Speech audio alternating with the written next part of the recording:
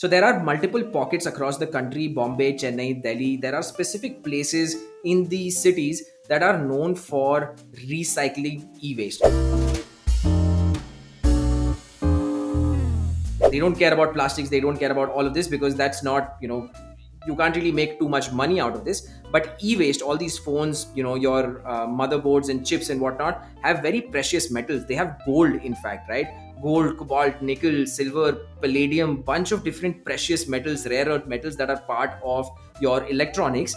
These get to Selampur or a Dharavi in Bombay or a Selampur in Delhi, and these are basically in an informal sector. These are ripped apart, or things are taken off, or they put in acid to collect some of these metals, and the rest of it is thrown out.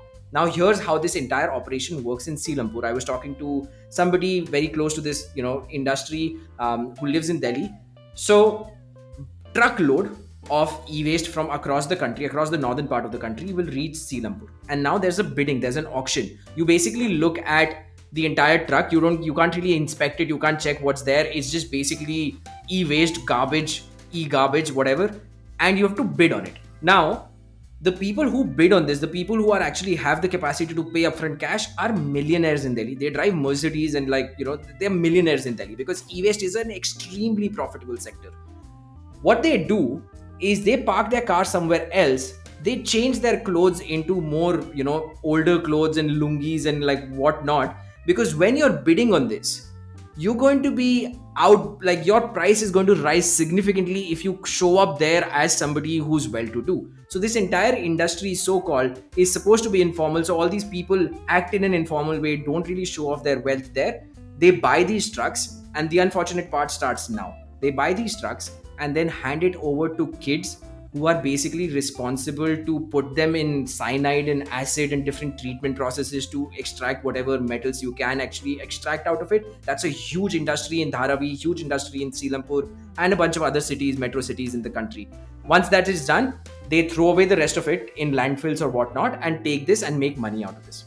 The problem is, they can only technically recover 5, 10, 15% of all the precious metals out there, right? Because they're using very inefficient techniques to do it, and they also don't really have a market for cobalt, nickel and stuff like that, where they can actually go and sell these products. It's not very easy to recover these metals, right? At the end of the day, you have to understand that these are such small things, where volume of like bunch of things put together is a large amount, and therefore it makes sense. If I hand somebody your phone, they're not going to be able to make any money from the recycling of these elements unless they refurbish it and stuff like that, any meaningful money, right?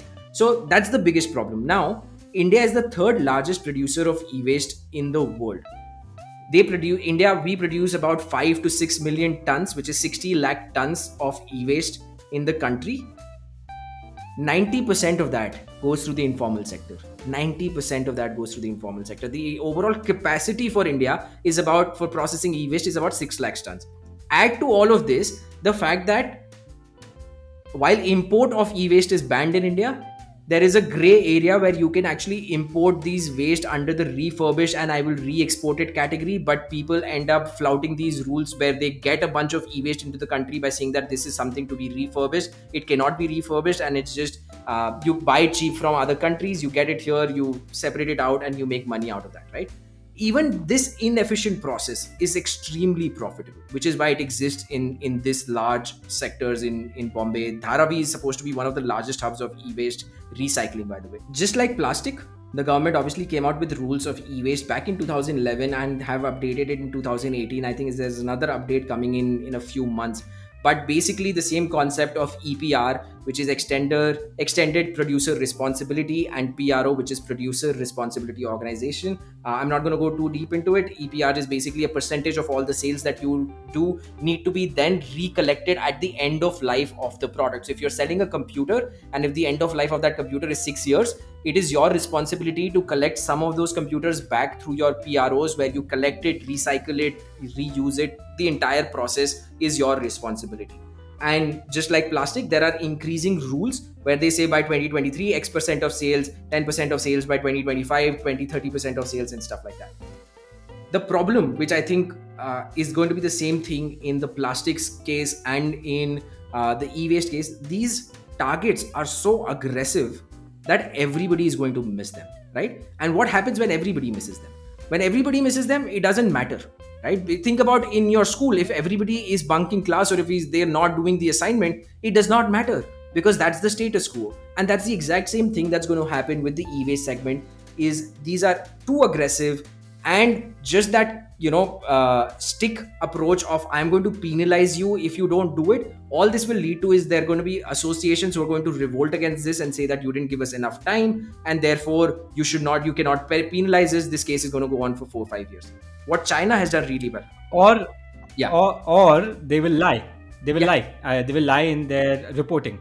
And you know what, this is actually something I made fun of Akhilesh about, that he probably bribed some government official in order to get this law passed, because of how strict it is, and because of the kind of product that he's giving with the traceability software, that everybody will have to come to people like him, because even building that software took him several you years. need you need deep expertise in the Because market, right? And the value chain. yeah, exactly, the value chain takes so long to Exactly. build. So when you penalize it, as I said, you will start lying about it, and that's happening already. Where there are 178 legal e-waste recyclers that are, the government has given them license to be e-waste recyclers. Some of them are doing a shoddy job of just like keeping this e-waste in a very hazardous manner. They keep it in places where you should not be keeping it. The other people are not even recycling anything. So they're just, these shell organizations where they're showing something or whatever is happening, but that's already happening. What China did, and China went through this problem, so we have a model if you want to look. What China did is, one said complete ban on import. There is no refurbishing, there is no, re-exporting, all of that nonsense. We need to take care of the country, so complete ban on imports. That's the first thing that they did.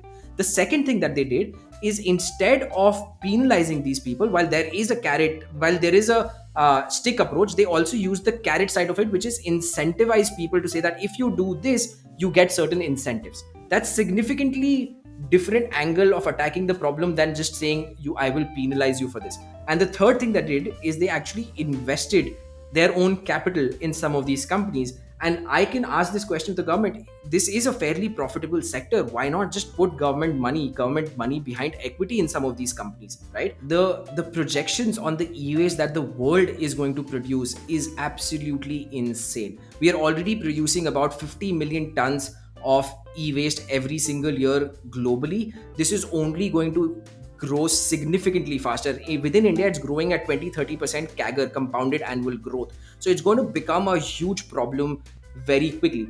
What I didn't realize is how big a problem could this really be, right? Like it's an electronic item that you've just, more often than not, people don't even like give it out, right? They are put in your locker, put in your cupboard, and you forget about this, right? So more often than not, because this doesn't come in your way, it doesn't even get to the recycling and reusing part of it. But the problems are actually immense.